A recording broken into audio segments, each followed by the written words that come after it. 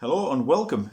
First of all, before going any further, don't forget to subscribe and click the little bell notification if you want to see more of my videos. I'll be uploading on a regular basis. Try and upload at least once a week, maybe more. See how things go.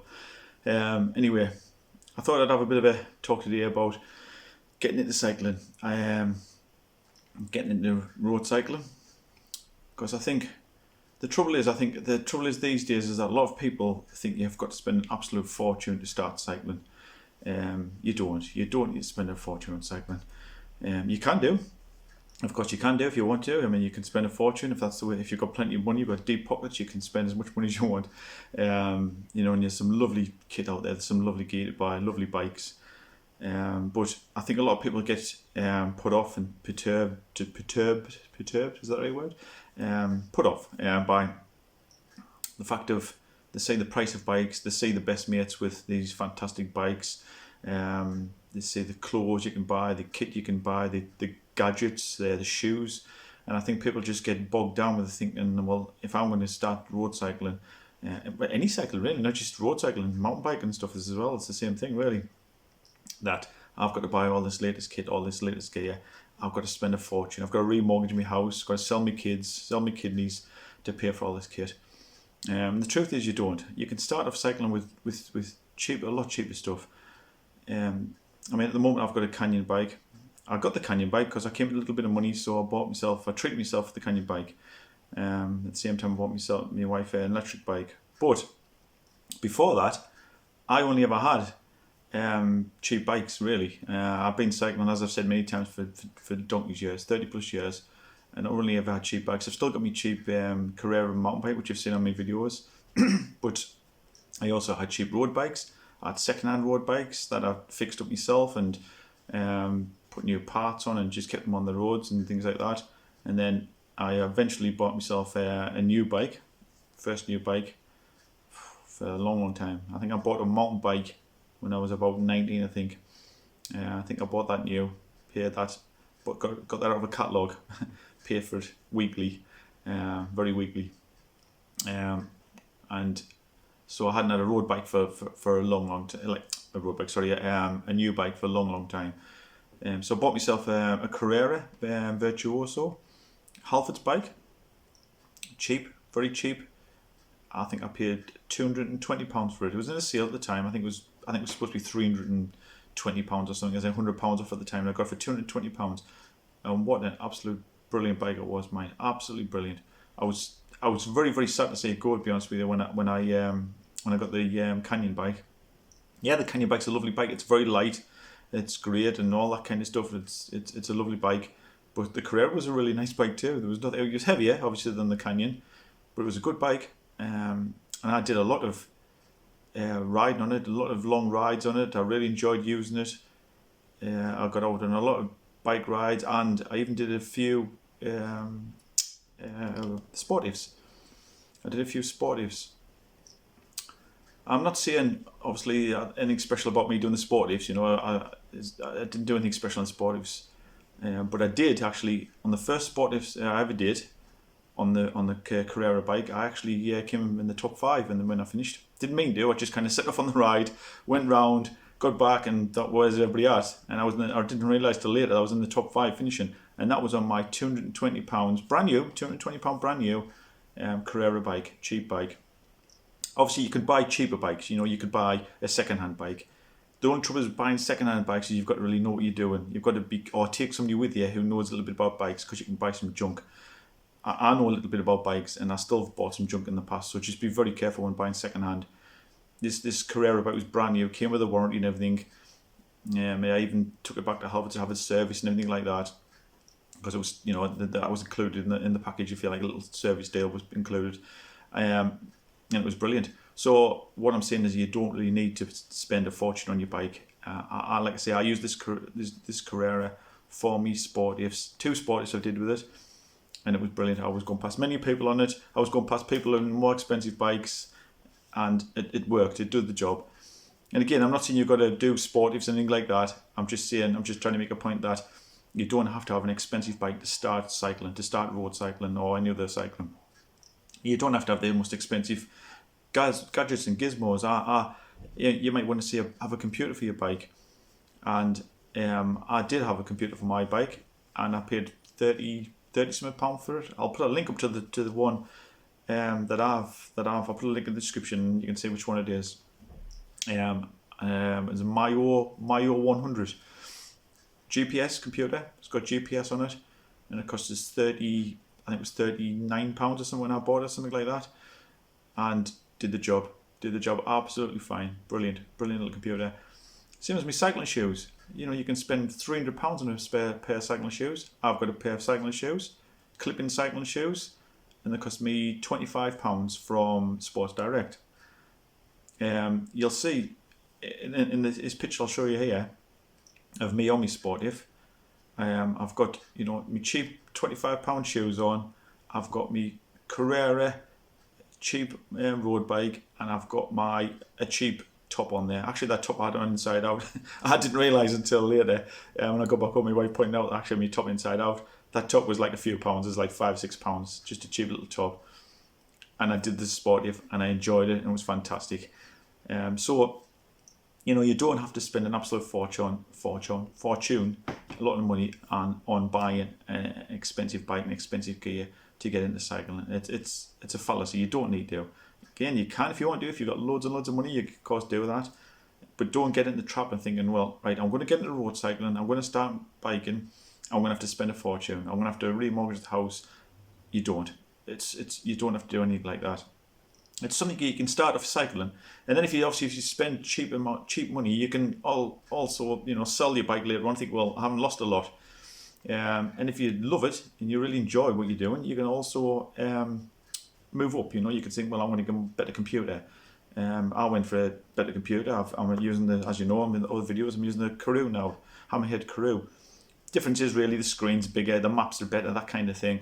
But my little Mayo did everything I needed to at the time. It recorded me ride, my speed, even had GPS on it, so I could upload the rides to Strava and things like that. So I did all that kind of stuff for like £30 odd. Did everything I needed to. As you move up the ranks, sorry, I've got a frog in my throat at the moment.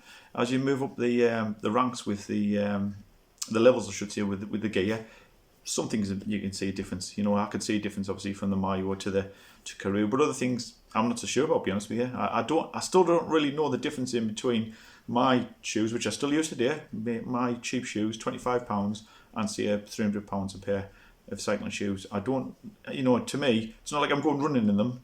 I'm sitting on a bike, and it's just a platform to pedal my bike with. I put my feet in. They're comfortable, as long as they're comfortable. I don't see I think the biggest difference is probably must be the weight. Obviously you can get like carbon fibre and all that kind of stuff, but I'm not in the Tour de France, so I'm not going to care about a few seconds on a time trial and something like that. I'm just a normal, average Joe who enjoys going around his bike. So why do I need the latest and greatest in shoes to ride my bike? My shoes do me fine. I think the important things to think of is stuff like, obviously you need a helmet, but even helmets. You can get a cheap helmet from Planet X for like £10, and the certified, they're safe. There's nothing wrong with them. They work exactly the same as the more expensive helmets. Again, I can only say it must be weight. I mean, I've got a cheap helmet, and it works, and it's safe, certified, safe. It has all the same sort of safety markers and certifications that the more expensive helmet has, and it's light. I mean, again, I don't know what you're paying £200 or £300 for the helmet for. I can only assume it must be brand. It must be the equivalent of buying like an Apple watch, Apple phone, a watch as well, I suppose, as to buying like a cheaper brand. Maybe you're paying for the brand. I don't know, because I can't say what the difference would be between a really expensive helmet and a cheap helmet. Of course, maybe put some comments if you can tell me the difference between these things, just like the shoes. Tell me the difference, please. I can kind of half understand an expensive bike. You might get better components, things like that. But I really struggle when it comes to things like shoes and helmets and things, and why they are more expensive and what do you get for your money. And it's not just a little bit extra money. Some of these are very, very expensive. Some are a lot more money. But it's one of those things where some things I think you need when you start cycling. You obviously need a helmet. You need a bike. And I think even to start with, you don't even need proper shoes. If you want to get the proper shoes, like I say, go ahead. But I think you can get away with trainers, like I do on my mountain bike. You know, you can wear trainers for a while, see how you go, and then think, actually, I'm going to get some proper clip-on shoes. And if you do go for the clip-on shoes, you know, try the beginner ones. I've got a video. I'll put a link to it at the end of this video, to some cheap clip-on pedals you can get, which are very, very easy to get your foot in and out of. So if you're worried about, you know, just starting off cycling, I want to use the proper clip-in pedals, and you're a bit scared, you know, because people get a bit anxious about it, then these pedals are really, really good, because they're cheap. They didn't cost a lot of money. Can't remember exactly how much, on the £30 mark, if I remember right, something like that. But they weren't a lot of money, and they're very easy to get your foot in and out of. So you don't have to worry too much about that neither. But as I say, you don't have to have all the latest and greatest. Certain things I think you do need. I think a pair of cycling shorts are pretty necessity, to be honest with you. Normal shorts, riding a bike, you're going to have them riding up your legs. You're going to have them hurting your bum because you've got no pad in your bum. They're just not suitable really for a bike. So I think you do need them. But again, you can get cheaper ones to start with. You can go up in price. I mean, these days it's a lot of bibs they have. You know, it's like a braces kind of effect which go over your shoulder. And to be honest, I haven't actually even get into that yet. I've still using waist shorts, but maybe I'll have to try bib shorts at some point, because everybody else seems to try them.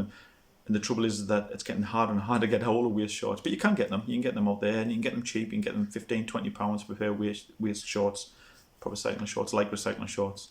And of course, your helmet, your gloves if you want. I like to wear gloves, but you don't have to. The advantage with the gloves is you grip the handlebars on your bike, you get a good grip. Got a bit of, you usually have a little bit of cloth material here, a little bit of furry material, so you can wipe your brow when you get sweaty. And they've got leather on the hands, because your instinct when you fall off your bike is to put your hands down like that. So basically it'll stop you scuffing your hands. So that's some of the advantages of wearing cycling gloves. So it's up to you if you want to wear them, things like that. But I think, you know, there's too much emphasis these days put on price of things, and I think some of the prices of some of these items you can get for cycling is extortionate. So I just wanted to do this little quick video just to say to you, if you start off cycling, you don't have to pay a fortune on the latest and greatest stuff. You don't have to beat your mates and get the best this and the best that with carbon wheels and all this kind of stuff. You know, you can start off on a cheap bike, go out, enjoy yourself, have fun, put a helmet on, because that's important, as I say. But you can buy a cheap helmet and it'll still protect you. And you know, enjoy the sport of cycling, because as I say, it's too much branding and too much.